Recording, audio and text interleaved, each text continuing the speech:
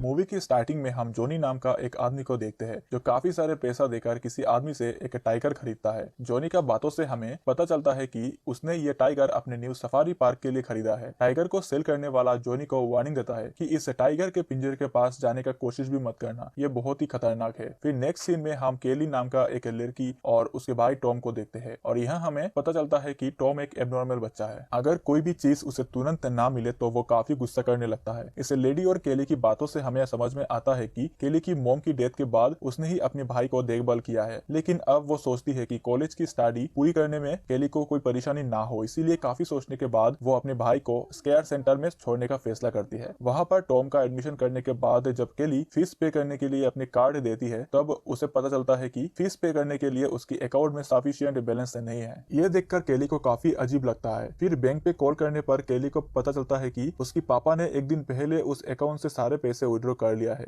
दूसरे ओर Johnny truck लेकर घर पहुंच जाता है। यहाँ हम उसे घर को वुडन शीट से कवर करते हुए देखते हैं। असल में मौसम विभाग के अनुसार जल्द ही इस एरिया में काफी जोर का तूफान आने वाला है और जॉनी नहीं चाहता कि आने वाले तूफान से उसका घर का कोई नुकसान हो। कुछ समय बाद केली भी जॉनी को ढूंढती हुई घर पहुंचती है और यहाँ हमें पता चलता है कि जॉनी केली और टॉम के सौतेली पापा है। केली अपने पापा से पूछती है कि आखिर तुमने वो पैसा क्यों निकाले? मेरी मॉम कहती थी कि उन पैसों से टॉम का देखभाल के लिए इस्तेमाल करूं। इस पर जॉनी उसे याद दिलाता हुआ कहता है कि शायद तुम भूल रहे हो, उन पैसों पर मेरा भी हक है क्योंकि तुम्हारी मॉम ने मेरे लिए और कोई वसीयत छोड़कर नहीं गई। मुझे वो पैसा अपने नया सफारी पार्क के लिए चाहिए था, इसीलिए मैंने वो निकाल लिया। जॉनी ये कहकर वहाँ से उठकर चला जाता है और कहता है कि तुम टॉम का चिंता मत करो, वो मेरा रिस्पॉन्सिबिलिटी है। कुछ देर बाद टॉम केली से खाना मांगने लगता है। फिर टॉम को खाना देने के बाद केली अपने कॉलेज में फोन करके बताती है कि वो कॉलेज नहीं आ पाएगी। ये सुनकर लुइस नाम का एक आदमी कहता है कि अगर तुम जल्द कॉलेज नहीं आए तो इस बार भी तुम्हारी स्कॉलरशिप किसी और को देना पड़ेगा। तो केली कहती है कि मुझे उन पैसों की जरूरत है। लुइस ये कहकर फोन काट देता है कि उम्मीद है तुम्हारे साथ जल्दी मुलाकात होगा। इसके बाद केली टॉम को सुलाने की कोशिश करने लगती है। इसी दौरान केली टॉम के सामान में से मोम के पार्ट्स मिलता है जिसमें उसे नींद की दवाई मिलता है। कहीं टॉम इस दवाई को ना खा जाए, इस डर से केली उसे दूसरी जगह पे रख देती है। आगे हम केली को गुस्से से चिल्लाते हुए देखते हैं क्योंकि उसे जॉनी पर काफी गुस्सा आ रहा था। कभी कभी तो उसे टॉम को मारने का ख्याल आता है क्योंकि वो टॉम से भी काफी ज्यादा परेशान हो चुकी थी, लेकिन वो चाहकर भी इस सिचुएशन में कुछ भी कर नहीं पा रही थी। थोड़ी देर बाद बहुत ठंडी ठंडी हवा चलने लगता है जिसे देखकर केली समझ जाती है कि जल्दी यहाँ पर तूफान आने वाला है, इसीलिए वो घर के मेन डोर को क्लोज करके आराम करने के लिए चली जाती है। आगे हम देखते हैं कि रात के समय कोई इंसान टाइगर को पिंजरे से निकाल कर केली की घर के अंदर छोड़ देता है और तभी एक बुरे सपने की वजह से केली की नींद खोल जाती है और रेडियो के जरिए उसे बाहर चलने वाले तूफान के बारे में पता लगता है क्योंकि ये तूफान कुछ घंटे के लिए चलने वाले थे। इसके बाद केली पानी पीने के लिए नींद से उठती है और तभी उसे घर पर टाइगर दिखाई देता है, जिसे देखने के बाद वो जल्द से खिड़की खोलने की कोशिश करती है, लेकिन वो खोल नहीं पाती क्योंकि कुछ समय पहले जॉनी ने सभी खिड़कियां कवर करवा दिया था। इसीलिए केली को बाहर निकलने का कोई भी रास्ता नहीं दिखाई दे रहा था। इसके बाद केली भागकर टॉम के रूम में पहुंचती है, लेकिन वहां पर उसे टॉम दिखाई नहीं देता। फिर केली इमरजेंसी नंबर पे फोन करती है, लेकिन तूफान की वजह से शहर में इमरजेंसी नंबर सभी काम नहीं कर रहे थे। फिर वो जॉनी को भी कॉल करती है, लेकिन जॉनी का फोन कार में पड़ा था क्योंकि वो शहर से दूर किसी क्लब में बैठकर दारूबाजी कर रहा था। केली की कई बार फोन ट्राई करने पर भी वो फोन नहीं उठा रहा था। तभी केली को ऊपर के कमरे से किसी का चिल्लाने की आवाज सुनाई देता है, जिसे सुनकर केली को टॉम का ख्याल आता है। ऊपर जाने से पहले केली मेन डोर को ओपन करती है, लेकिन वो रास्ता भी किसी ने बाहर से बंद कर दिया था। इसके बाद केली दौड़कर ऊपर की ओर जाती है, लेकिन ऊपर टाइगर को घूमता हुआ देखकर वो फिर से वापस से नीचे आ जाती है। इसके बाद वो खिड़की पे लगा हुआ वुडन कवर को तोड़ने लगती है। तभी उसे दरवाजे पर टाइगर के आहट सुनाई देता है और वो टाइगर केली की आवाज सुनकर दरवाजा तोड़ने की कोशिश करता है और केली डर के मारे एक पाइप के अंदर छुप जाती है और कुछ पल में ही टाइगर दरवाजा तोड़कर अंदर आ जाता है और केली चुपचाप बिना किसी आवाज से उस पाइप के अंदर पड़ी रहती है। लेकिन कुछ देर बाद उसकी बॉडी से पसीना टपकने की वजह से टाइगर को उसकी पता चल जाता है और उस पर हमला करने लगता है, लेकिन केली किसी तरह टाइगर से बचकर उस पाइप से होते हुए एक रूम तक पहुंच जाती है। तभी वहां पर उसे टॉम दिखाई देती है और वो टॉम को लेकर दूसरे रूम में छुपने की कोशिश करती है।